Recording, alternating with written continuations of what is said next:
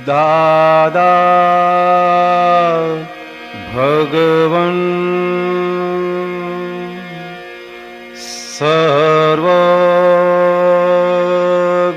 सर्वज्ञशरणं गच्छामि।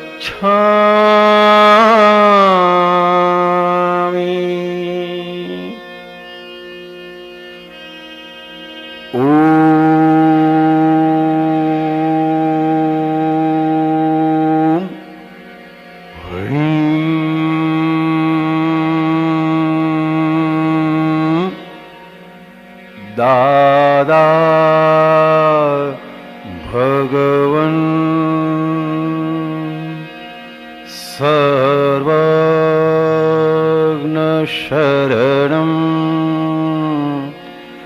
गच्छामि।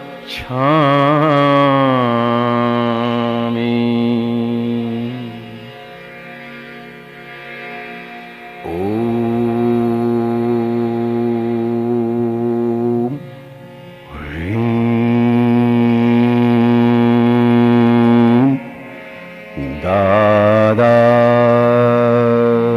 भगवन् सर्वज्ञशरणं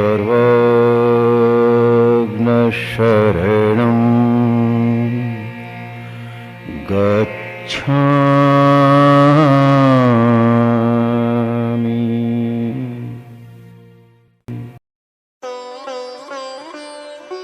चैप्टर 97।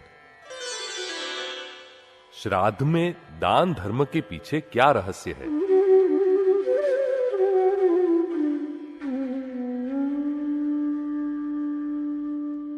आज दादाजी का श्राद्ध है।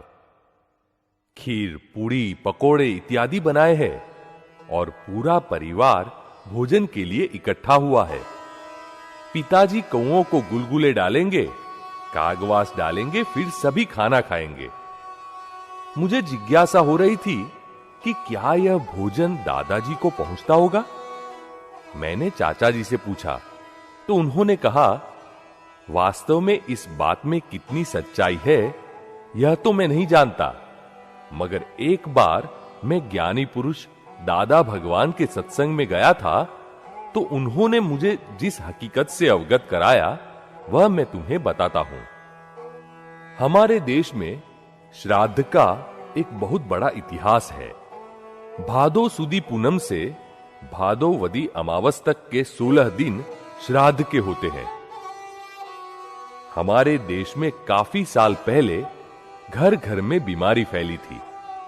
भादो माह में मच्छर बहुत होते हैं, अतः मलेरिया फैलता है। चौमासे में, वर्षा ऋतु में शरीर में पित्त बढ़ जाता है, अतः इस पित्त के बुखार को मिटाने के लिए ऐसी खोजबीन की गई व निष्कर्ष निकाला गया कि यदि ये लोग खीर, दूधपाक खाएं तो पित्त का शमन हो जाए। अब लोग रोज रोज ये सब खा नहीं सकते, इसलिए यह तय किया गया कि सभी अपने अपने माता पिता का श्राद्ध करें, अर्थात जिस तिथि को दादा दादी या माता पिता का देहांत हुआ हो उस तिथि के हिसाब से भादो माह में श्राद्ध करें और पूरा परिवार साथ में खाना खाए। आज मेरे यहां तो कल दूसरे परिवारजन के यहां। इस तरह 16 दिन खीर खाने का मौका बनेगा, जिससे पित्त और बीमारियां मिट जाएगी। इस तरह श्राद्ध वैज्ञानिक आशय से शुरू हुए थे और फिर कौओं को गुलगुले डाले जाएं ताकि पक्षी भी भूखे न रहे। श्राद्ध पक्ष में जो कौओं को गुलगुले डाले जाते हैं, क्या वे पितरों को पहुंचते हैं? पितरों को आह्वान करते हैं, बुलाते हैं, मगर हकीकत में कोई आता नहीं है। सभी ऋणानुबंध संबंध पूरे होने के बाद ही देह अलग होती है। जब परिवार के सदस्यों के साथ कोई भी प्रकार का हिसाब, लेन देन बाकी नहीं रहती, तब यह देह छूटती है, हमसे अलग हो जाती है। फिर मिलन होता ही नहीं, बुलाने पर भी कोई वापिस नहीं आता। यह मरणोपरांत 12वां 13वां करते हैं, बर्तन बांटते हैं, इसका क्या महत्व है? क्या मरने वाले को इसमें से कुछ पहुंचता है? ऐसे प्रश्न के उत्तर में उन्होंने बताया कि श्राद्ध पर इस तरह खर्च करें तो खर्च करने वाले का मन शुद्ध होता जाता है और 7 पीढ़ी तक का जो लोभ है वह छूटता है। मगर हमारे देश के लोग तो ऐसे हैं कि खर्च करे ही नहीं। हां, मरने वाला व्यक्ति जीवित अवस्था में ही दान पुण्य करे या अपनी हयाती में ही कहां कितना दान देना है वह लिखवा कर जाए तो उसका पुण्य मरने वाले को पहुंचता है। बाकी मरते दम तक दान पुण्य करने की भावना ही न हो, लक्ष्मी की ममता ही न छूटे और मर जाए, और उनके मरने के बाद यदि उनके लड़के दान पुण्य करें तो भी वह मरने वाले को नहीं पहुंचता, मगर जो खर्च करते हैं, दान पुण्य करते हैं, उनके खाते में यानी कि बेटे के खाते में जमा हो जाता है। मां बाप के मरने के बाद लड़के सिर मुंडवाते हैं ताकि लोगों को मालूम रहे कि इस घर में मौत हुई है। अतः शादी ब्याह का निमंत्रण या ऐसी कोई बात न करें। इस प्रकार हिंदुस्तान में किसी भी रीति रिवाज के पीछे कोई न कोई आशय जरूर होता है। लोग कहते हैं कि जीव मृत्यु के पश्चात 13 दिन तक घर के छप्पर पर बैठकर सभी क्रियाओं को देखता है, लेकिन यह सच नहीं है।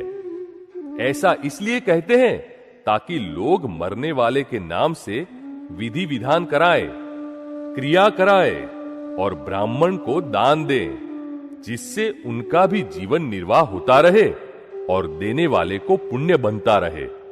वरना पहले के लोग तो 4 आने भी खर्च करने वालों में से नहीं थे। लेकिन बेटा माता पिता के पीछे धर्मादा के रूप में जो खर्च करता है उससे उसे पुण्य बंधता है। इस प्रकार के खर्च मन माने या न माने फिर भी सभी को करने पड़ते हैं, वरना लोग ही कहने लगते हैं पिताजी इतनी बड़ी वसीयत छोड़ गए हैं और लड़के हैं कि बाप के नाम पर फूटी कौड़ी भी खर्च नहीं करना चाहते। इस तरह इस पुण्य से व्यक्ति का, उस बेटे का अगला अवतार सुरक्षित होता है, सेफ होता है। बाकी स्वर्गवासी पिता को इसमें से कुछ नहीं पहुंचता। यहां देह में से जीव निकल रहा हो और दूसरी जगह जहां उसका अब जन्म होना होता है उस योनि में प्रवेश करने लगे, उसके बाद ही वह पुरानी देह छोड़ता है। अतः छप्पर पर जीव 13 दिन तक बैठता है, यह बात साइंटिफिक नहीं है, वैज्ञानिक नहीं है। परिवार में किसी की भी मृत्यु तिथि आए तो भगवान से प्रार्थना करनी चाहिए कि उसका कल्याण हो। हम यहां दुखी होते हैं तो उसके स्पंदन उस जीव को पहुंचते हैं। अतः हमारे यहां लोग गरुड़ पुराण, गीता, अंतराय कर्म की पूजा, सत्संग इत्यादि करवाते हैं ताकि मन में से जुदाई का दुख भूल जाए और हमें शांति मिले। फलस्वरूप उस जीव को भी अशांति न हो। आपको क्या लगता है,